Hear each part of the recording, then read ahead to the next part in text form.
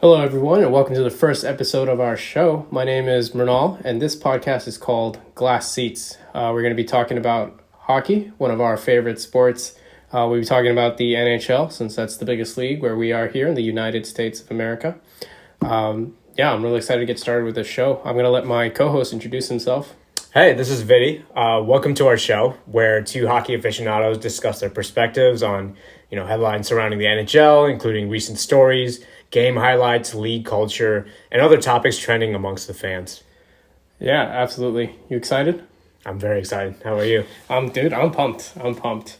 So, kind of to give some perspective for fans who might not know us or might not know about our love for hockey and these, why don't you tell us a little bit about how you got into hockey? Yeah, for sure. So my fifth grade teacher, Mr. Trent, he was a big Sharks fan. We both grew up in the Bay Area.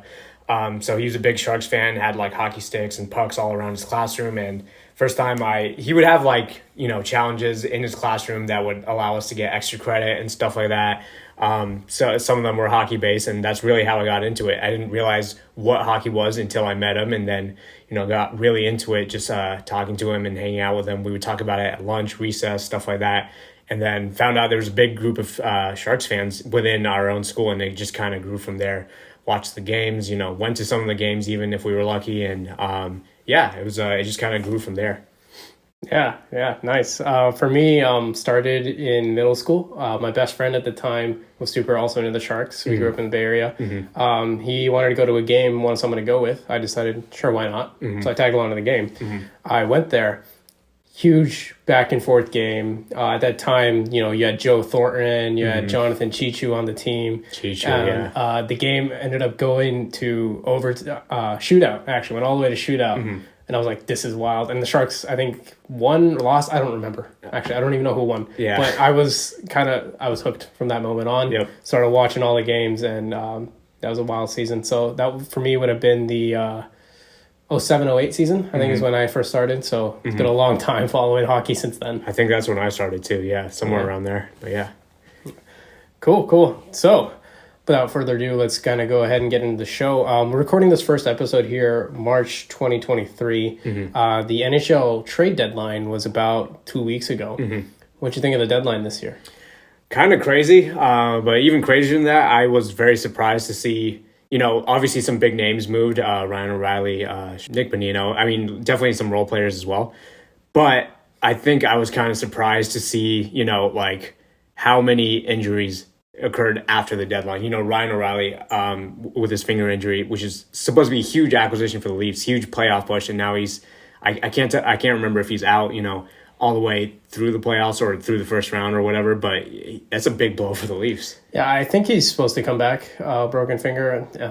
We know NHL hockey players play through everything in the playoffs. Of course. I'm pretty sure he'll be back, but, I think there's a lot of other ones that might not be. Nick Bonino went out with a lacerated kidney. Yeah. He's not coming back anytime soon. No, he's done. Yeah, Cale Makar is already back, but had to go into concussion protocol. There's other players that have been out, Taylor Hall, a bunch of other depth players. I think, this year with the trade deadline, I was actually really hyped because a lot of movement this year. Yeah. And maybe not so much on the day of, a lot of these big names like Tarasenko, Patrick Kane, Ryan O'Reilly, they moved ahead of the trade deadline. So for me, when I say trade deadline, I kind of mean like a month. For me, it started with the Bo Horvat trade. I count that as the start of the trade deadline. Yeah, that was in January, I believe, right? Yeah, January 30th, I want to say. Gotcha, okay. So from there up to the actual deadline, which was March 3rd, I count that whole time as like the trade deadline period. Right. And from what I've been following, this has been one of the most active ones. And I think a couple of factors contributed. With the COVID, the salary cap has gone up high, so GMs are kind of getting creative, moving things around. And this time of year, there's a little bit more leniency in the salary cap. People have more cap room. So they make those moves and get ready for the playoffs.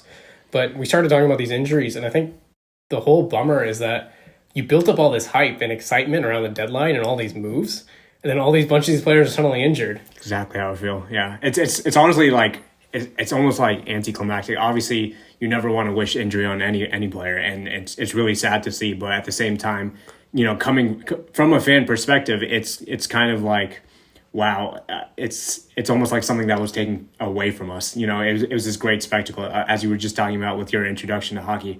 This great back and forth shootout game. That's pure entertainment for the fans. That's what we're here for at the end of the day.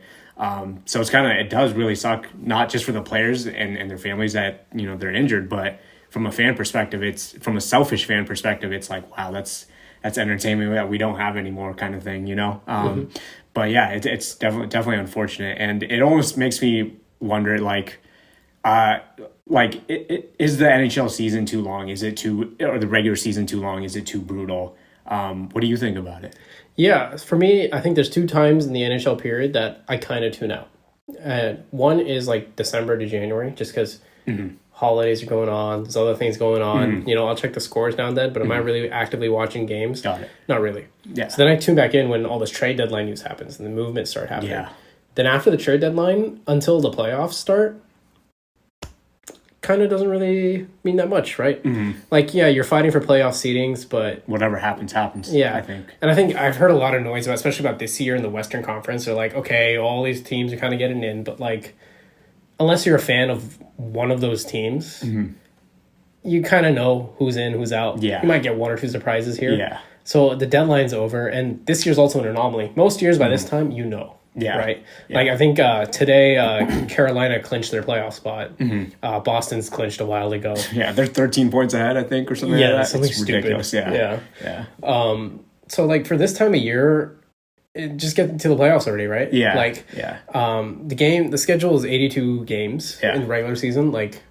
60 would have been fine. Yeah. And I get that it's a hard call for GMs and anyone in the league executives because less regular season games means you sell less tickets and money drives everything and all of that comes up. But if you have players getting injured, why? Yeah. Aren't you shooting yourself in the foot? Your assets are getting protected. Yeah. I mean, yes and no, but I think, yes, obviously, as I just mentioned, the players should be protected. You never want to see a player go down, but at the same time, it's always been part of NHL culture. It's how bad do you want it, kind of thing. How tough are you? How resilient are you? But when it's gotten to the point of consistent injuries post trade deadline, then it's kind of man, it's only, again, like you said, you got shot in the foot. It's backfiring against you. I'm not really sure what the solution is, but it's definitely a problem that needs to be addressed, I think. Have you heard the saying that the Stanley Cup is the hardest trophy to win? Absolutely. And it is. And it's because they say, oh, it's so physical, people get injured, everybody's missing. And I'm like, but why do you have to leave it that way, right? True. Why can't you... Sure, there's no way to get 100% rid of injuries. Of course, yeah. Nor do I want the game to be less hitting, less hitting in the game or something like that. Yeah. But I do want to see star players play. Yes. Right? Yeah. Andrei Svechnikov is questionable for the playoffs. If you're a Carolina fan, and the season they just had, and you don't have Andrei Svechnikov in the playoffs, that's bad. Come on. Yeah. If you're a fan of any team that had their playoff run ruined by one injury, come on. Yeah, it really does suck. But so something I also think is I'm kind of, as you said, the trade deadline kind of started, quote unquote, in January with the Bo Horvat trade. But it does seem a little odd to me. It's always seemed a little odd to me that the trade deadline is in March and then they play for a whole extra month. You would think, I understand teams need to gel and locker room chemistry, figure out the lines, all of that. But it seems like a very long time from post trade deadline to the actual start of the playoffs. And you yourself mentioned it just now. That's kind of one of the times you tune out, and I would have to agree with that because it's just obviously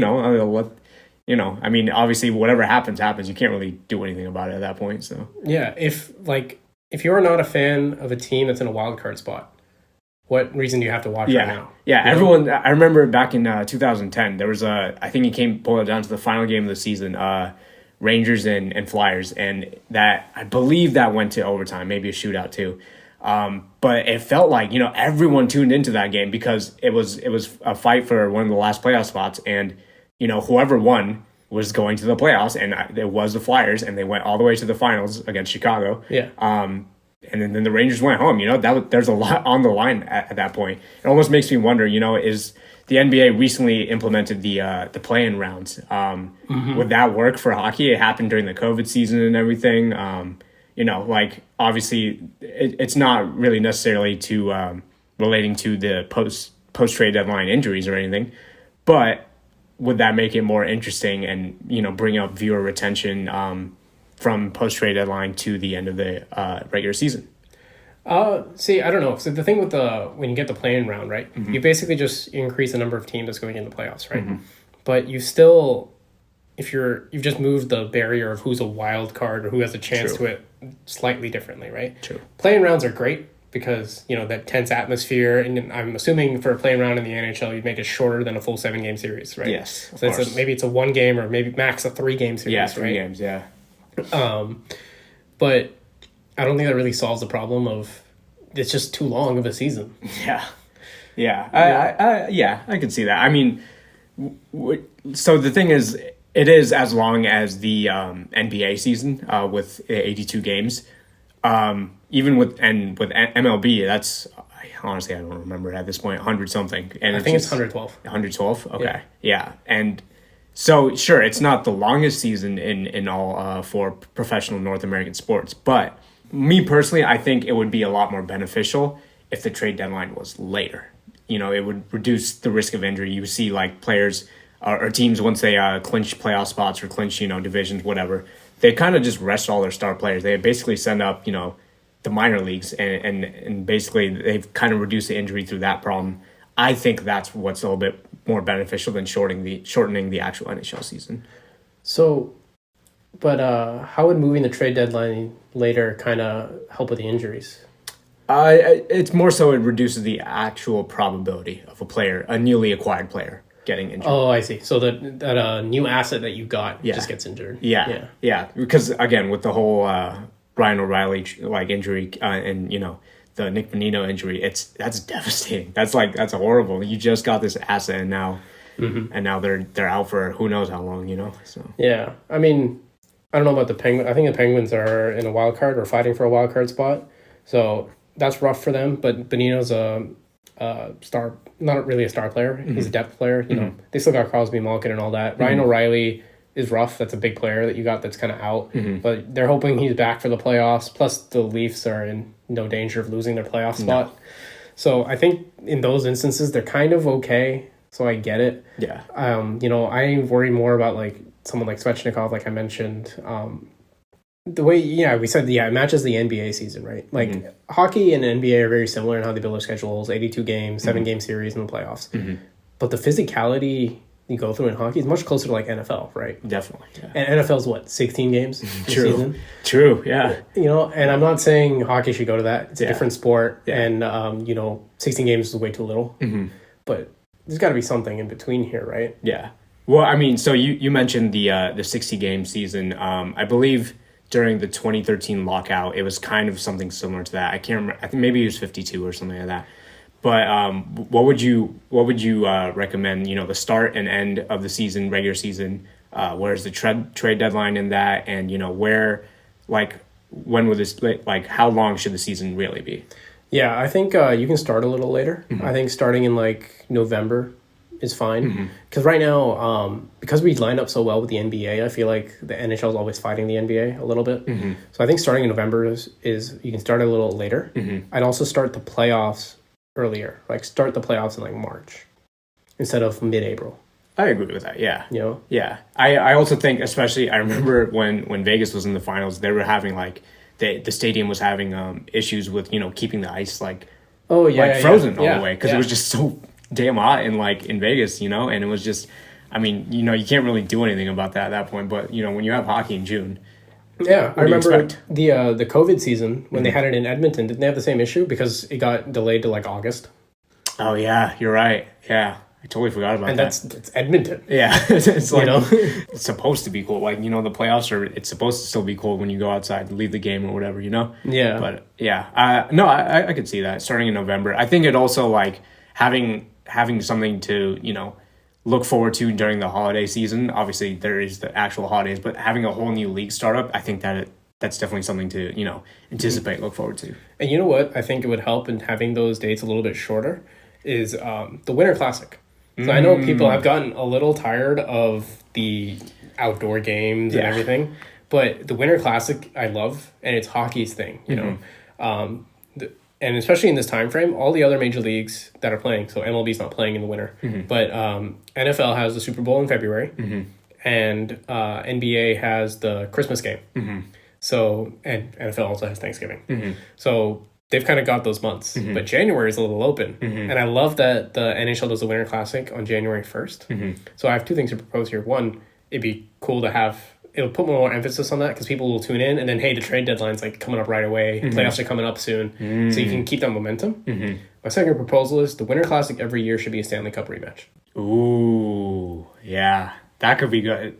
So one thing don't get me wrong, I love the fact that there's more outdoor games than there have been in the past few years.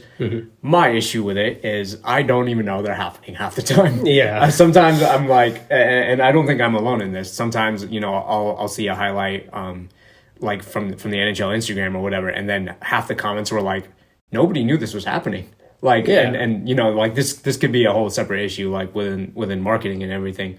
But I think there needs to be a bigger emphasis on the outdoor games at the beginning of the year for how much they're worth. And like you said, all the other leagues have kind of like left January open. Like that's a time for the NHL to shine. And, that would, especially having, a Stanley Cup rematch, hopefully, hopefully nobody gets injured, but like hopefully there's still somewhat of a gritty, like fight for like redemption kind of thing going on. And, hopefully that will bring in some viewers and like get everyone excited. Yeah, and even if the players aren't feeling it, you've built up all this atmosphere on the Winter Classic. You've got a football stadium most times.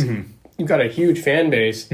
And even if Stanley Cup final this year was Colorado, Tampa, they play each other twice a year in the current schedule. Can't you make one of them one of these big games? Yeah. And Stanley Cup final is always a West team and an East team. They'll always play each other only twice in a year. Yeah.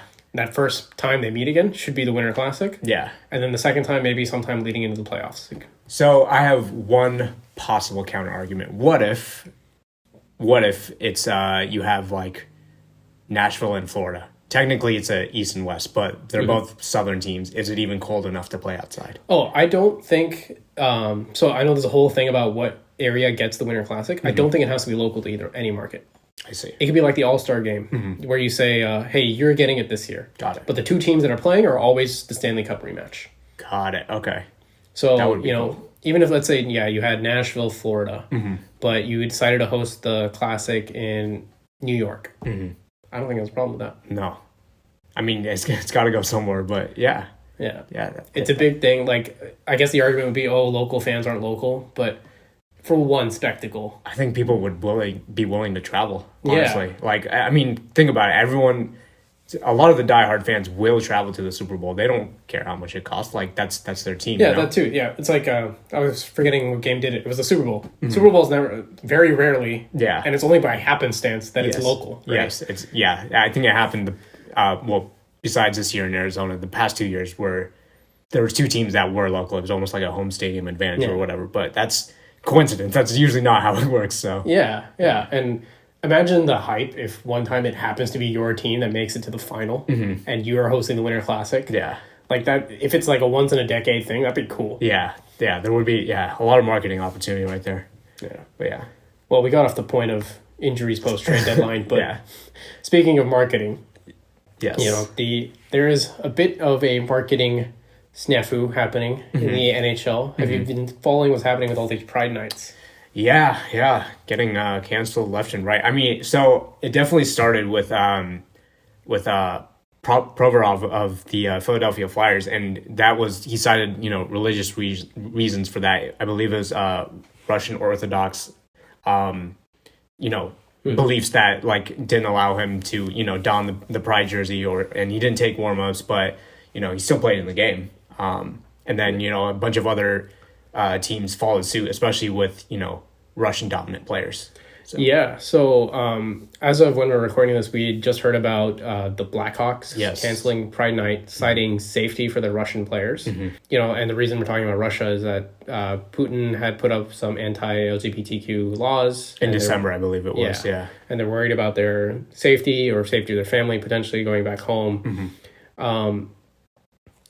Maybe I don't want to get into international law and politics here, but you know, there's kind of two ways teams have so far handled this, right? So there's the one of what the Blackhawks, the Rangers, and the Wild have done, where they said, we'll do Pride Night, but the whole team, no jerseys. Got it. And then the other ones were the Flyers, and then James Reimer of the Sharks, who's not Russian, just for clarification. They just had these players sit out, warm-ups. Both aren't great ways to handle this, I think. Though I do like what the Flyers and the Sharks did more than what the other three teams did. So you would rather have... so instead of scrapping the entire thing entirely, it was just better to be like, all right, don't... You're entitled to your beliefs, but, you know, don't be the odd man out. Yeah, I like it better because, hey, they didn't put this on the team. The team said, hey, we're doing Pride Night. This guy decides not to for whatever reason. And so then you go talk to the media. Don't just and the Rangers and the Wild didn't even give a reason. At least the Blackhawks said something. Yeah. You know, so you go deal with it. Yeah. The only problem I had with that is they should not have played in the game. Why is that? In NHL, and out of pro sports, I should say. Have you ever seen a sports league that is so team-centric as the NHL? No. And this is the one time you allow individuals to be like, I'm not going to go take warm-ups because you're wearing a Pride jersey, but I'm still going to go play in the game. Oh, yeah. Wow, I did not think of that at all. No. You don't take warm-ups because you want to cite your beliefs? Fine. You're allowed to do that. You're a human being. Yeah. You're not playing the game. Yeah. I mean, I remember, I believe it was in 2020, John Tortorella was like, if you're not standing for the flag, you're not playing in the game. Yeah, and, what the hell? Yeah. And so now, it is definitely you know, kind of a little bit of hypocrisy, I would say. So, yeah. I don't know. It's definitely, it's hard to like manage, but I think a big part of this, also going back to the NHL marketing and compared to other leagues, it's very easy, I would say, for team or players in the NBA, the NFL, even the MLB actually, to, you know, make a brand of themselves. You know, like they're able to, for example, you know, dress a certain way. They're able to, you know, address the media a certain way, obviously within certain boundaries, but like they're able to create their own image, and that brings extra hype, extra marketing to the league. So the first time we see individuality in a long time is through a protest for this. It's definitely, it seems a little off. The message I just got was, you're not allowed to be an individual unless you want to hate on a marginalized group. Then you're allowed. Yeah. Go ahead. Yeah.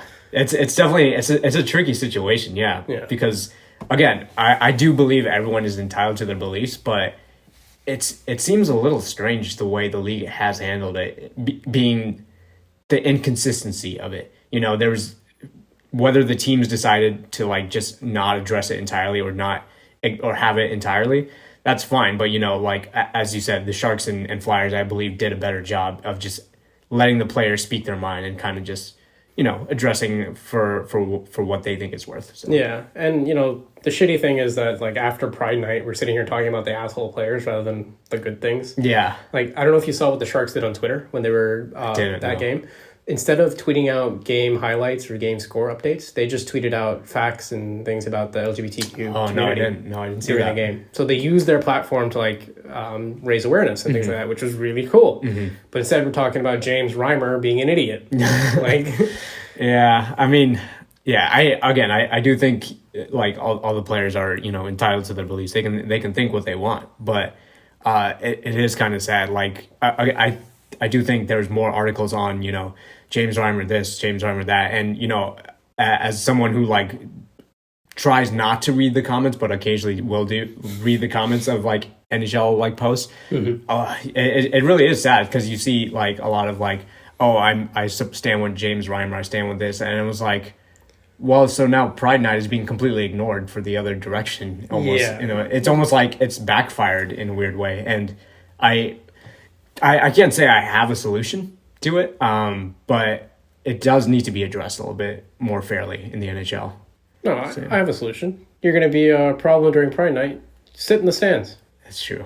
You don't want to believe in it? Fine. Yeah. Sit in the stands. Yeah. I mean, going back to the John Tortorella issue, like, if you don't stand for the flag, you're not playing for the game. I mean, I get it. And I know someone's going to come at me with, oh, what if it was a star player or whatever? But, okay, it was the Flyers and the Sharks. Neither one are in anything this year. Yeah, that's true. Well, the Sharks in the draft lottery, but, yeah. Reimer's hurting that. So.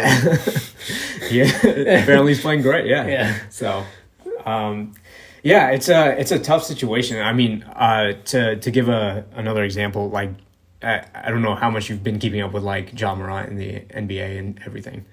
No, I haven't heard this one. So basically what happened was he's been having a lot of, like, legal issues because I don't remember how it started, but it basically ended up with him flashing a pistol in a nightclub on Instagram Live and in Denver. Wait, you got to roll back a little. Who is this? John Morant. Okay. He's a star player of the Memphis Grizzlies.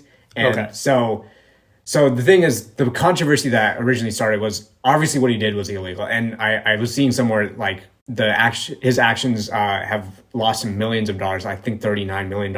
And he could have been suspended for 50 games. But what's happening right now is he's in a rehab in Florida and he's rejoined the team. He's just not playing basically. Okay. So he's on the bench. Yeah.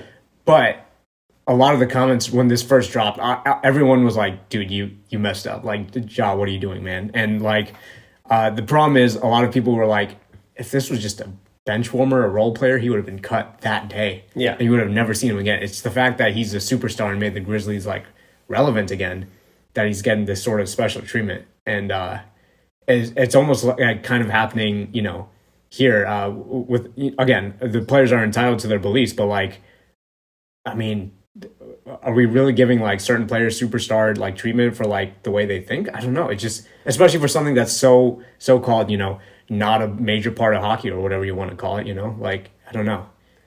Could you expand on that a little? Like, what do you mean by getting superstar treatment? Like the whole, like, basically you're still allowed to play in the game, but you're not going to like participate in the warm-ups or participate in the occasion of the evening, like the message behind whatever, Mm-hmm. It does seem a little bit, I don't want to use the word diva because it sounds, there's a negative connotation to it, but it does seem like it's like, oh, okay, well, this is a team-centric sport. You're not going to be part of the team, but you're allowed to play. Yeah, it's the conflict, it's the hypocrisy that gets to me, right? Yeah. Like, if you have the individuality that you have in the NBA, and I get it, at the end of the day, the only thing that matters is money, right, to these people? Of course. Yeah. And you've got to have your star players playing. Mm-hmm. One, we're talking about James Reimer and Ivan Provorov. Mm-hmm. They're not... Ivan Provorov is probably more so than James Reimer, but they're not really stars, right? We're not talking McDavid, Crosby here. No.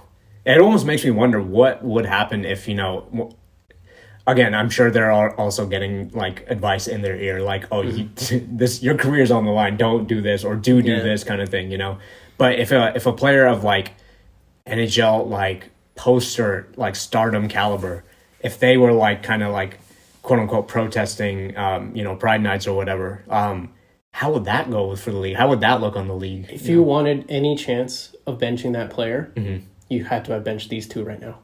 The fact that you didn't, there's no chance. If some star comes out, Yeah. Do you think actually, like you mentioned earlier today, the Blackhawks, do you think is this going to be a oncoming like trend? Do you think more teams will do it? Do you think this is going to be a problem for next year, years to come? What do you think? Oh, absolutely. Like, I think culture in hockey, as we've seen this year, is not there yet. And you just gave people an out. Especially now with the Blackhawks saying, oh, it's for safety concerns, which... I get it, though. Like, that makes sense. Fine. I have doubts, but I'll take them at their word on that one. Right. Okay? Fine. Yeah. Let's say there's safety concerns. All right?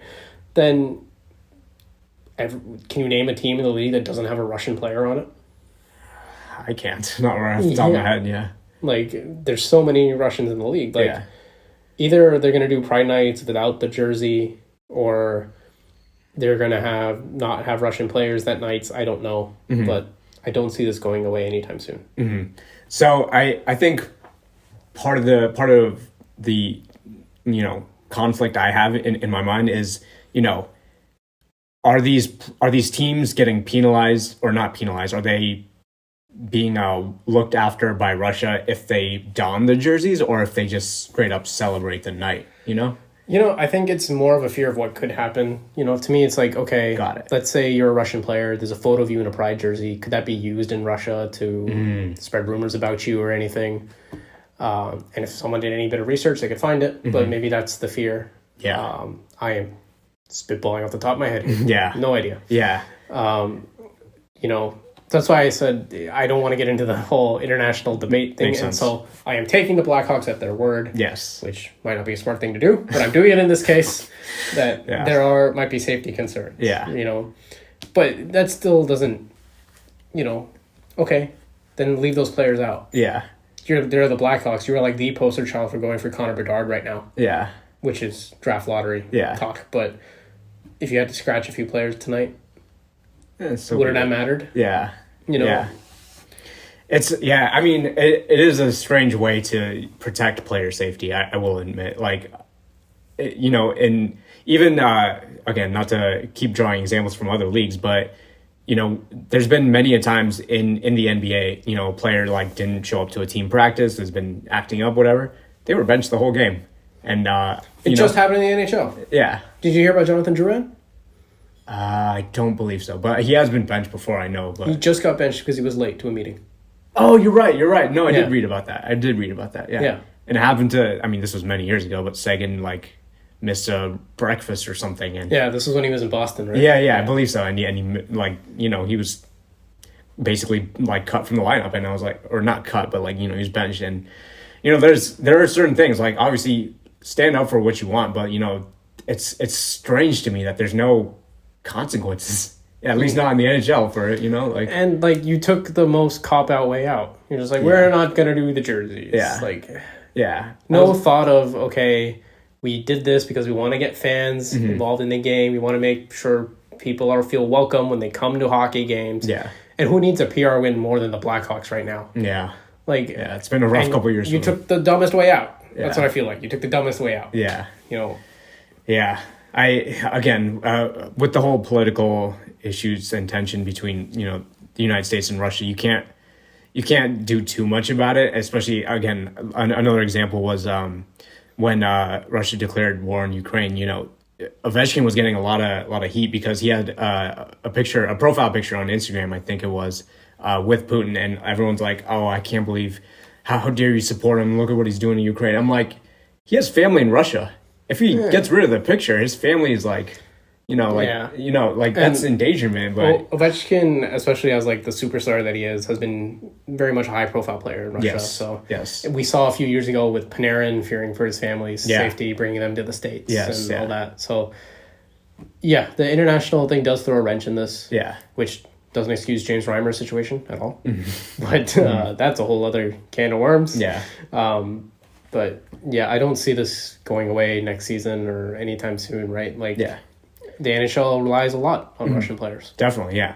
Before we wrap on this, I want to ask, if you could think, not just for Pride Night, I'm sure there's going to be other, events we're trying to or the league is trying to grow the market and make it feel more inclusive.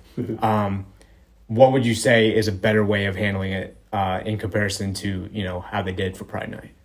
I still stand with, you don't want to take the warm-ups, that's your decision. You don't take the warm-ups, you don't play in the game. Got it. So it's very black or white for you. Yeah, you'd say.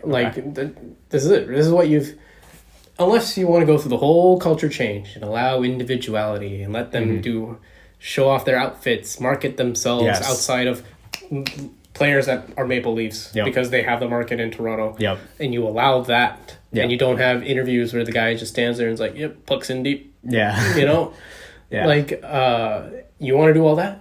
Great. Then you can go about this whole individuality. Yeah. But two things. One, if the player wants to do this, you put them in front of the mic. Don't stand behind the team. And as of right now, the way the culture of the NHL is, you don't take the warm-ups, that's your decision. You don't take it, you don't play. Got it. Yeah. I agree with that, especially the part where you said, there's so many leagues with individuality, and the one time it seems to be quote unquote okay in the NHL, it's through it's creating a problem, and it's also taking away from the focus, which is, you know, the LGBTQ community. Yeah. And it's unfortunate, the way the league has handled it. But yeah, it needs to be one way. I do think this needs to be one way or the other. Otherwise, it is a sense of hypocrisy bleeding through. Mm-hmm. But yeah. Absolutely. Well, that was an intense first episode. It really was. It's all good. Before we kind of wrap up, what are you kind of looking forward to for the NHL in the coming week? Hopefully, hopefully players stay healthy, and hopefully they get pucks deep. No, I'm kidding. I'm kidding. But, I think it should be an exciting playoffs. I'm obviously, I keep track of, if I can't watch the game, I'll watch the games. I'll keep track of, the standings and see who moves in, who moves out, especially those wild card spots. It's getting really, really tight in the West too. I believe, there's 3 or 4 teams fighting for the last 2 spots in the wild card. So really excited to see how that pans out. Truthfully, I'm also excited to see who is most likely to win the draft lottery, especially with the stakes so high this year with Connor Bedard, and seeing how he's just just seeing what he's doing right now is pretty incredible. It really does make me feel like, wow, this is the next Matthews, the next McDavid, next Crosby, whatever you want to call him. It's really exciting time even for the draft lottery. But yeah, how about you? Yeah, like I said, I think this is the time I'm kind of waiting for the playoffs to start. Mm-hmm. So I'm looking for matchups that are potential future playoff series to kind of see where it pans out. The one I got my eye on is Saturday morning, Tampa Bay versus Boston. So that's a huge game. Mm-hmm. That's a potential Eastern Conference final, or would be second round. They're in the same division, second round. So it'd be a second round matchup. I want to watch that game. I want to see what happens there. So I'm looking forward to that. Grab your popcorn, your mimosas, and watch some hockey. Yeah, that's what I'm talking about. Yeah. All right. Well, I think that's all for this one. So thank you guys for listening to Glass Seats. We're going to be on here once a week. You can find us on Spotify, Apple, and Google. Be sure to check us out. This is Mrinal signing out. This is Viddy. Thanks for listening.